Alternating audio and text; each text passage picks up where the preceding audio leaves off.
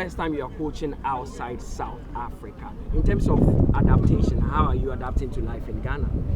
Yeah, no, it hasn't been easy. Obviously, conditions are very, very different to what you find in South Africa. The pitch, as you're well aware, the standard of the pitches are not great, which obviously makes it much harder for the players. We want to try and play a brand of football that is entertaining. We want to try and play a possession-based game, and on pitches like this, it becomes very, very difficult. So I've experienced that as myself, having been in Africa, in a number of countries, and this is the norm. So what we can't do is use it as an excuse. It's our reality, and we have to adapt. And the players today showed me a lot of fight and desire to win the game, and you got to find ways of winning that game, even if it becomes ugly, because ultimately that's what it's about. The more games we can win 1-0, the more chance we stand at finishing higher up in the league. Plus the confidence and the morale of the team starts growing. And today I think wasn't such a great performance, but I've seen us moving in the right direction.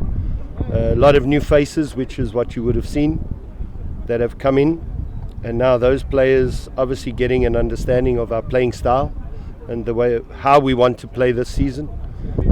High intensity game, that's the type of game that I want us to play, and we had moments of that, but the fight has to be there throughout the season. Yeah, I know you had so many offers. How did you choose Kotoko and your target for Asante Kotoko? Yeah, no, obviously I like challenges. As a coach, I've been involved in clubs that have been in relegation battles, and I've managed to keep them up. I've been at clubs that we started with 5 players. It was a brand new club, and I had to then build a team, and we ended up finishing 3rd in the league that season, qualifying for CAF Confed. So those challenges are challenges that I enjoy. I started an academy when I was at Wits University, a football academy, and I built that academy, and working through those type of projects excites me. So speaking obviously with Stanley Menzel about the project, for me, it's the type of projects I like to get involved in. What you see today, I can shout, I can scream, I want to win games, and I try and pass that winning mentality over to the players. But at the same time, I'm here to teach. I'm here to help the players improve their game and ultimately manage them. I think the discipline, both on the field and off the field, obviously that was an issue when I arrived, but I think we've dealt with that really, really well. We've got rid of the rotten element that existed in the club. And today you can see everyone is united, everybody's fighting for the same cause, and it's a positive thing to see. You've got experiences in the team. Richard Boydou, there is Dalan Ibrahim. What are you looking forward to see from them as the season progresses? Yeah, leading.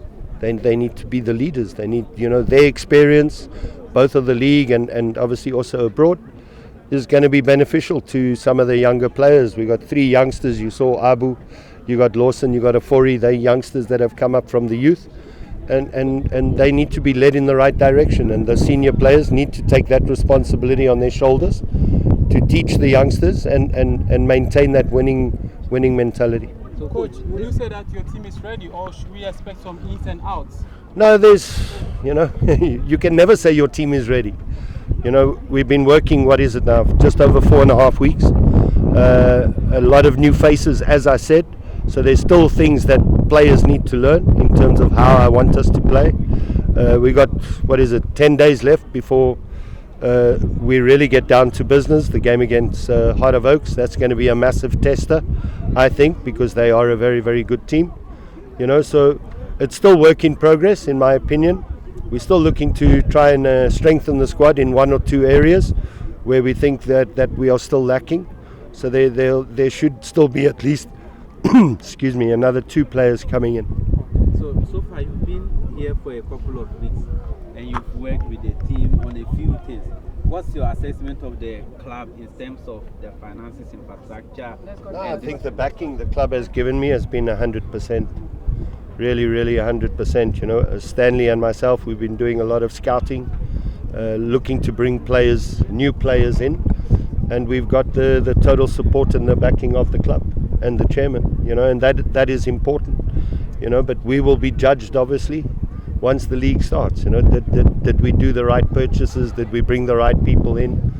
That's just a hard fact of professional football, you know. So these are the opportunities that we have to obviously request certain elements from the club, you know, and then once the season starts, we, you know, now the onus falls on myself and obviously the football director.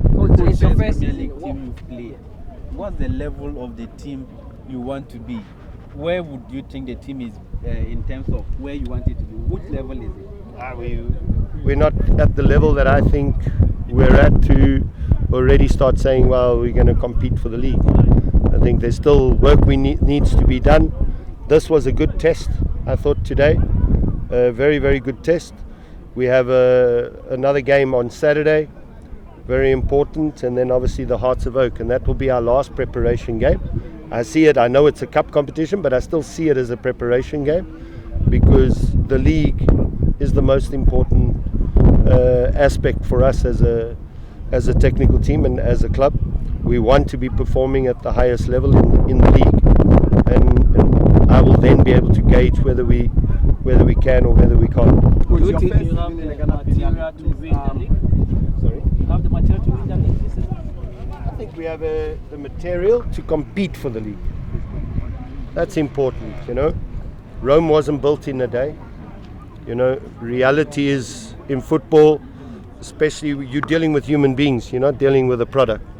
You know, and those human beings have personalities, have characters, have good days, bad days, and we have to deal with that and hopefully get the best out of them come the end of the season.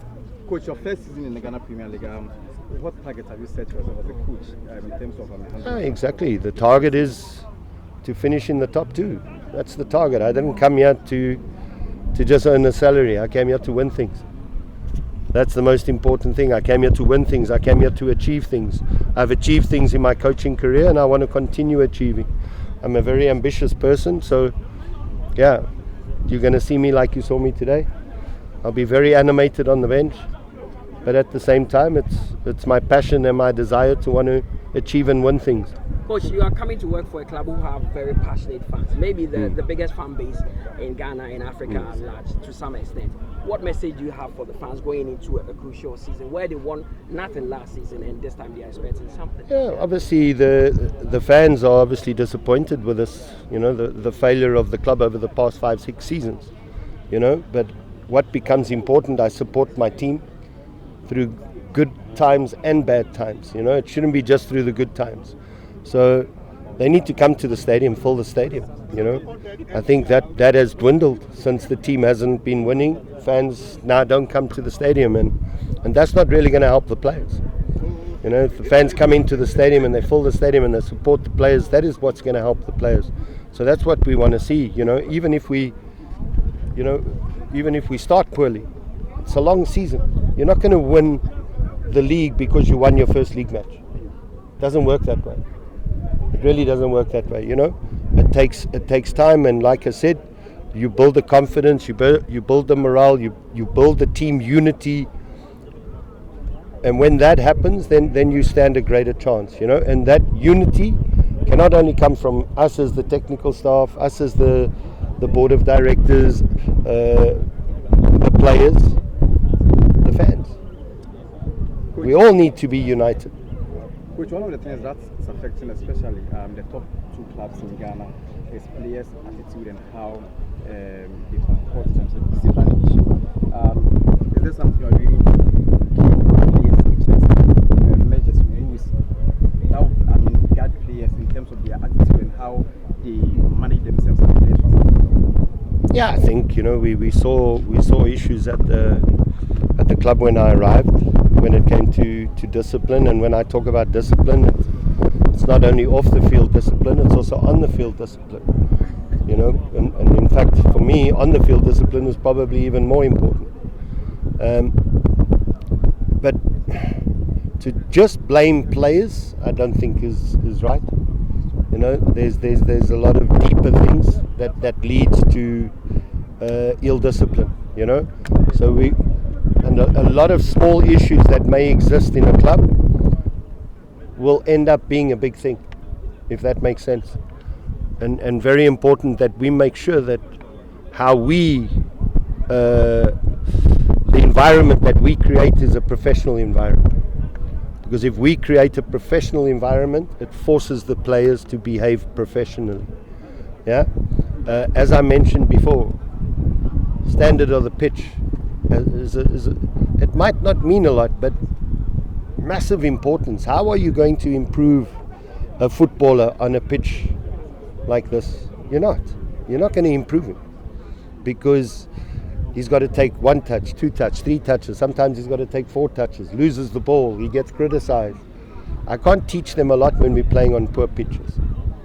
And the disappointment that they have in their faces, you can see, you know, when they make their mistakes. And a lot of times I can't blame them because of the standard of the pitches. So that's something we're working hard at the Asante Kotoko, to have a training pitch that is of a high standard, high quality.